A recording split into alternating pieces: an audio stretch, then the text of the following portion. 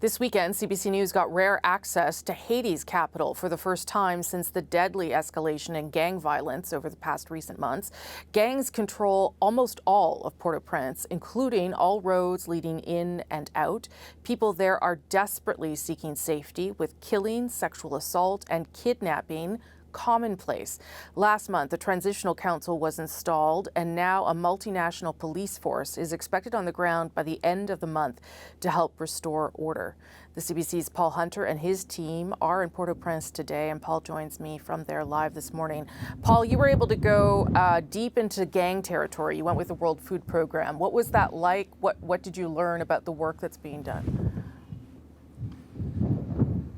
Yeah, well, to answer that, I'll give you a sense of where we are. We're in a safe-ish little enclave in the middle of Port-au-Prince, surrounded by territory controlled by the gangs, including, by the way, all of that. That is gang held. Everything I see over there is gang held. Everywhere we went yesterday is gang held. It's just degrees of which areas are more dangerous or slightly less dangerous than the others. And the challenge is, of course, that for everybody there, you need to eat, right? And because the roads are controlled by gangs in and out and the port is closed, food is scarce. Famine is looming here for hundreds of thousands of Haitians. So the United Nations World Food Program, which, by the way, helicoptered us into Port-au-Prince, that's how we got here, took us out on a hot meal delivery run. They make thousands of these every day. They drove us deep into gang territory, not far from the international airport, to an encampment of people who've been forced from their homes by the gang violence, people who are living in tents and plywood shacks. It's just awful. I mean, you're seeing children who are quite clearly severely malnourished, getting these hot meals, grateful for it, obviously, but even the World Food Program can't keep up with it. It was emphasized to us that much more is needed. This was described to us by the head of the Haiti World Food Program. This is it's the worst humanitarian disaster since the 2010 earthquake. People that we spoke with yesterday, Haitians, welcome the incoming foreign forces that you mentioned. Can't get here soon enough. It's been long delayed. They need food. They need everything. It's an awful, awful circumstance.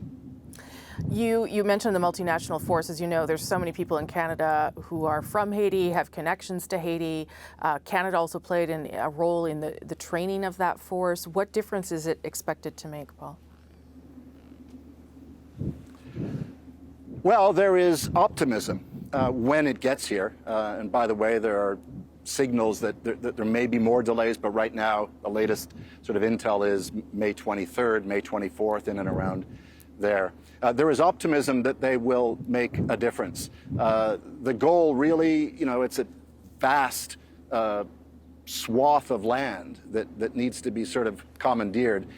Gain control of the port, gain control of the airport, which almost is there, gain control of the roads, and maybe you get somewhere. I met with the Canadian ambassador to Haiti at the Canadian embassy here on this trip, which, by the way, had Canadian armed forces with guns on the roof. I've never seen that before. But I asked them about the incoming forces, indeed some of which Canada has trained, because while they are welcome, there is also the fear that this is the thin edge of the wedge, and it's another foreign occupation coming, and Haitians are very wary of that. But here's what the ambassador said to that. What the multilateral mission will do is come to support the national police. It's not this void once it leaves. It's coming here temporarily. It's coming here with a very specific mandate, which is to help the police to get control back.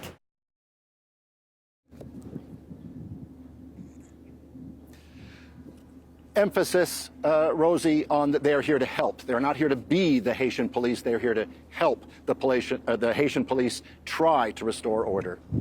Just about a minute left, Paul, but obviously you've been to Haiti before, a few times, I think. How different is it now with this situation?